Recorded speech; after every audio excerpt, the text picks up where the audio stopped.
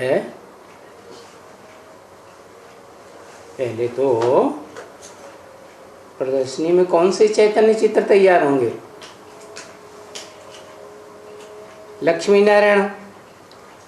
फिर नंबरवार और भी तो चित्र हैं। तो बिल्कुल अच्छी तरह से समझाने के लिए शिक्षा तो यहाँ बहुत अच्छी मिलती है कि भाई यहाँ है पढ़ाई भगवानवाच। भगवान इस पुरुषोत्तम संगम युग पर 100 साल के शूटिंग पीरियड में, रिहर्सल पीरियड में, कलयुग के अंत सतयुग के आदि में आता है तो ये पढ़ाई पढ़ाता है कि दुनिया की श्रेष्ठ से श्रेष्ठ आत्माएं, पार्टधारी, मुख्य मुख्य एक्टर्स कौन कौन हैं, उनकी पहचान देता है। तो वो पहचान चैतन्य चित्रों की देने के लिए सबसे बोल अच्छे अच्छे हैंड्स तो चाहिए ना। अभी उन हैंड्स में समझा के फिर पूछो।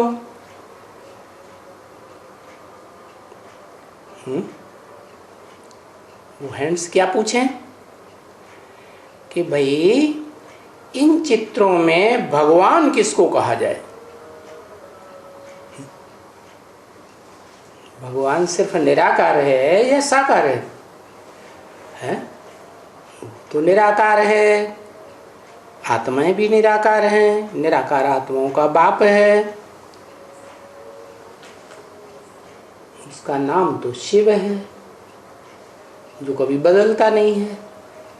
लेकिन मुकर्रर रथ में प्रवेश करते हैं तो नाम अलग अलग हो जाते हैं, जैसा काम वैसा नाम। तो तुम ऐसे तो नहीं कह सकेंगे कि श्री कृष्ण भगवान है? क्यों नहीं कह सकेंगे? क्योंकि श्री कृष्ण तो 16 कला संपूर्ण देवता है, भगवान तो नहीं है। भगवान ऊंचा है या देवता ऊंचा? भगवान ऊंचा। भगवान तो मनुष्य को देवता बनाने वाला है ना। तो श्री कृष्ण तो भगवान नहीं है, वो सबका भगवान है क्या है? श्री कृष्ण सतयुग में, सतयुग की आदि में 16 कला संपूर्ण होती है ना। तो जो पहला बच्चा श्री कृष्ण पैदा होगा, बड़े होकर लक्ष्मी नारायण टाइटल मिलते हैं माँ बाप से। तो वो सारी दुनिया का भगवान होगा, भगवान की तरह सारी दुनिया उनको मानेगी, या उनके राज्य में आने वाली आत्माएं जो फॉलोअर्स हैं वो ही उनको मानेंगी भगवान के रूप में? कौन मानेंगे? हैं? जो उनके फॉलोअर्स होंगे, हैं, चाहे वो प्रजावर्ग के हों, चाहे भक्त किस्म के हों द्वापर युग से, चाहे राज्याधिकारी हों, चाहे उनके फैमिली के भाती हों, कोई भी हों, लेकिन सारी दुनिया तो उनको भगवान नहीं मानेगी। वैसे भी देखो आज की दुनिया में, बाहर की दुनिया में दूसरे धर्म वाले श्री कृष्ण को भगवान मानते हैं क्या? नहीं मानते। तो समझाना है कि भगवान तो निराकार को कहा जाता है। क्या? मनुष्य को भगवान नहीं कहा जा सकता। क्यों? क्योंकि मननात् मनुष्य है, जिसको मन है वो मनुष्य है।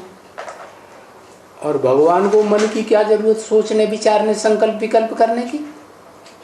वो तो असोचता है, वो तो जन्म मरण के चक्र में ही नहीं आता, तो उसे अपने बारे में सोचने की क्या दरकार?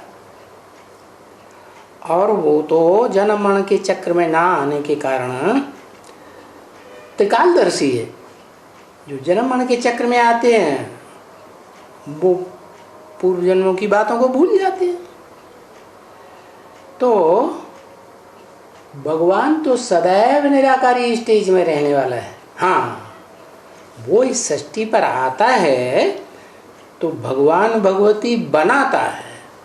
क्या क्या बनाता है?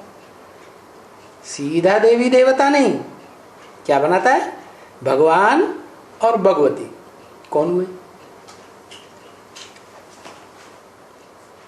है जिस मुकर्रर रथ में प्रवेश करता है वो हुआ भगवान,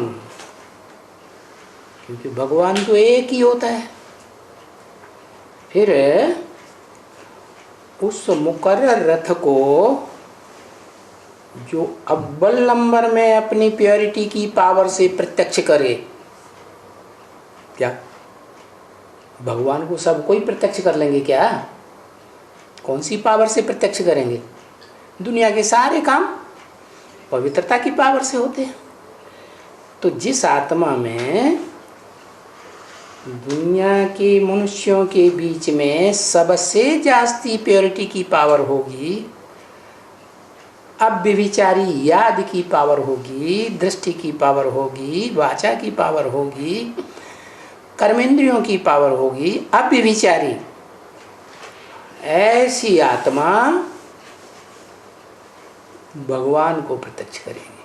कौन से भगवान को?